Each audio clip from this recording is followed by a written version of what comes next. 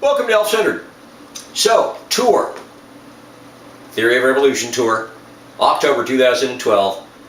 Section 4. Chapter 4. Part 4. Richmond, Virginia. And the Fallout Club. The Fallout Club is awesome. They do something dark and delicious every day of the week. Goth, industrial, fetish. Beautifully set up. There were restrictions and strictures against having photos taken in most of the club, which I can completely understand. But if you live in that area of Richmond, Virginia, I want to live in that area of Richmond, Virginia, because they've got something going on all the time. The promoter there, Jackie Bishop Wells, fantastic lady. Wonderful, lovely, accommodating, helpful, awesome. We got to play with a band called Little Black Rain Clouds. If you get a chance to hear Little Black Rain Clouds, go and listen to Little Black Rain Clouds. Very early Nine Inch Nails kind of thing, but with their own flavor. Excellent band.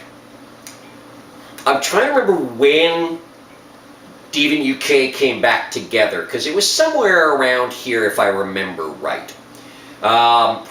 Richmond, Virginia, we're all, in groups crammed into the bathroom so that the lead singer, Jay, of Devon UK can shave heads and do makeup, and at that point he started kind of teaching Christian and to a lesser extent myself stage presence and what to do and how to do it. Something I kind of listened to certain people talking about because I wanted to get better. I wanted to be a part of the band. I wanted to really, represent the band up there. Jonathan has an amazing voice. The music is beautifully put together. I wanted to not let my side down. I didn't want to disappoint my team. That actually became a big thing for me as we went on. From there we went to Savannah, Georgia. Savannah, Georgia is, from what I understand, during the Civil War, the only city in Georgia that was not burnt to the ground and leveled. And it shows it. It is beautiful. Now, driving in the South is wonderful when you have a large vehicle. The highways are big, even the streets in the cities are large. They're kind of built for this. They don't seem to have used rail or shipping as much. They seem to have relied on trucking. So there's a whole lot more convenience and comfort for trucks. Or at least it felt that way. The northern area felt tight and small. The southern area felt broad and wide open. So Savannah, Georgia, the wormhole. The city, we parked and we had lots of time. I went for a stroll and took pictures. The city, the architecture, it was just beautiful. I would live in Savannah, Georgia for a while. I really would. It was just incredible. I love the feel of it. Unfortunately, the turnout was very small. Fortunately, the drinks were cheap. And I don't remember her name, which I'm really sad about. The promoter was amazing. Whatever we wanted, whatever she could do for us. She was thankful that we came to their club. I don't know, 2 years later, I should check if the wormhole's still going. But if it is, check them out. They do amazing stuff. And they're worth going to. From there, Atlanta, Georgia.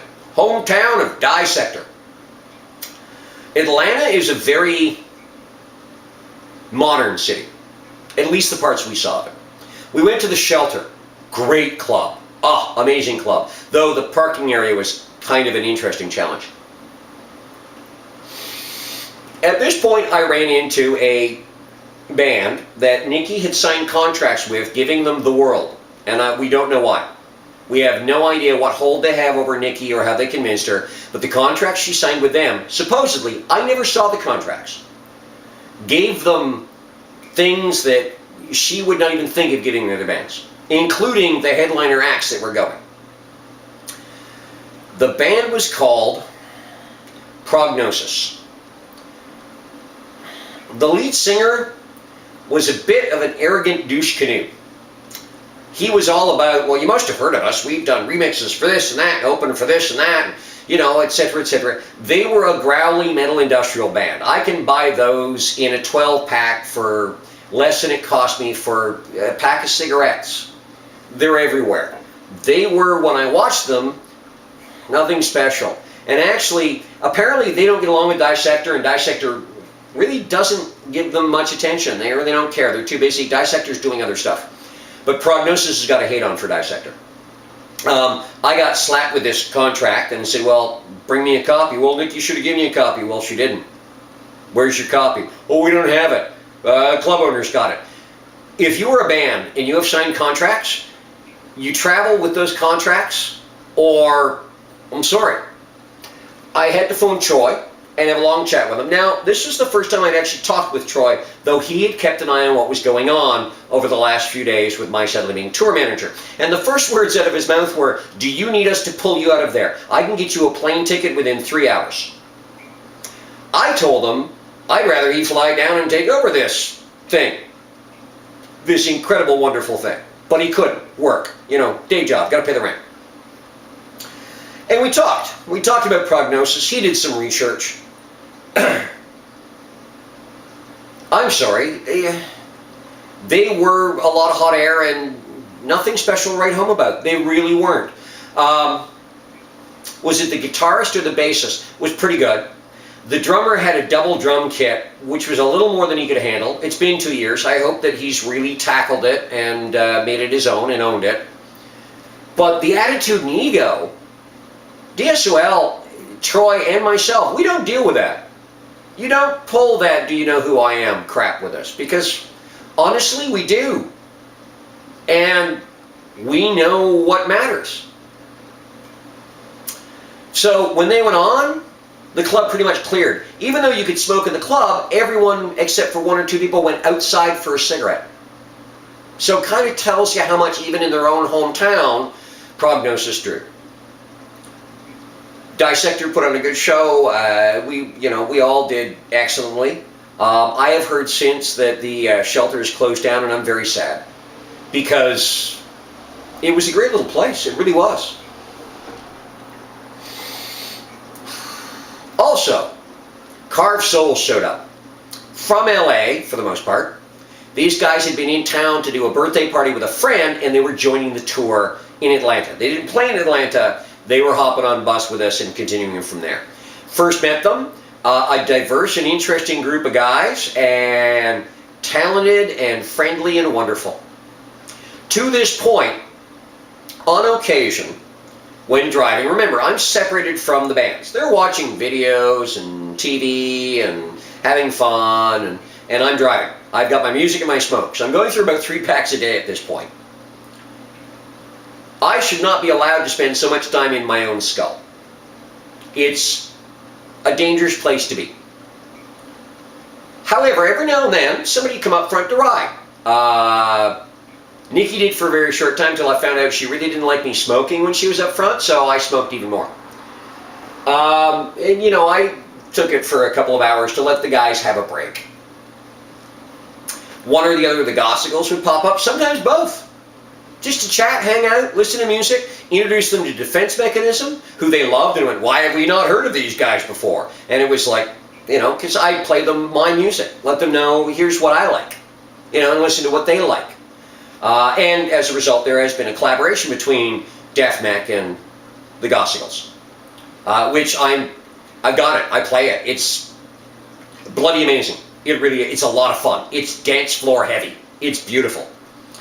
Every now and then Christian come up, not often, but every now and then, because he could smoke in the front cab, he couldn't smoke in the back. So he'd come up to sit for an hour or two, listen to music, chat, and have a smoke. For the rest of the tour, they'd continue doing so every now and then, but I'll tell you, Carved Souls, there was often one of the guys up there. And we'd talk about life and growing up and cities and school and touring and music and just all sorts of stuff. And just hang out. Most of them didn't smoke. They didn't care. They loved, because up front you could see what was coming.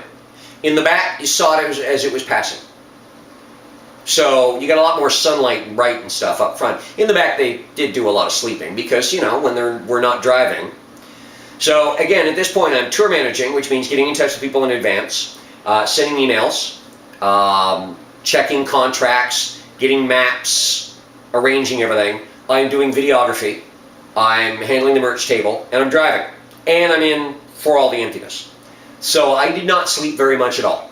I did not get to party very much at all either. I got a chance for a few drinks here and there. I got a chance to see some people. But for the most part, you know, the other nice thing was Atlanta, Georgia, Hey, Drum Babe, you gorgeous, gorgeous lady, you. I got to see a friend I went to high school with a long time ago. Found out through Facebook that's where she was, and you know, we Facebooked and texted, and while everyone else was sleeping after a barbecue, I got to see her and get some hugs and chats and a little coffee and a great catch up. It was awesome. It was wonderful reconnecting with a very good friend from back in my past. Drum Babe, love you. It was. I'll be down in Atlanta again. It was great catching up with you. We will do this one more time. I love meeting people. I love talking to people, especially repeatedly. Because, you know, once you've shenan, you should shenan again and again and again. So, Carve Souls in. Prognosis, who were supposed to be with us on several more dates, we're told pretty much no. Again, Jonathan was the man whose voice I listened to. Jonathan said no, I made it a no. You know, I could have been a little firmer with certain things. I could have participated in more things. But you got to remember, I was also driving while people were in the back working on the internet and doing stuff and seeing explosions on Facebook and dealing with idiocy and stuff. And I have to get them to the next place safely. So as a tour manager, my hands were rather constrained at points. Anyways, so that's Atlanta, Georgia. We'll take it from there on the next chapter of The Theory of Revolution Tour. So tune in for the next installment.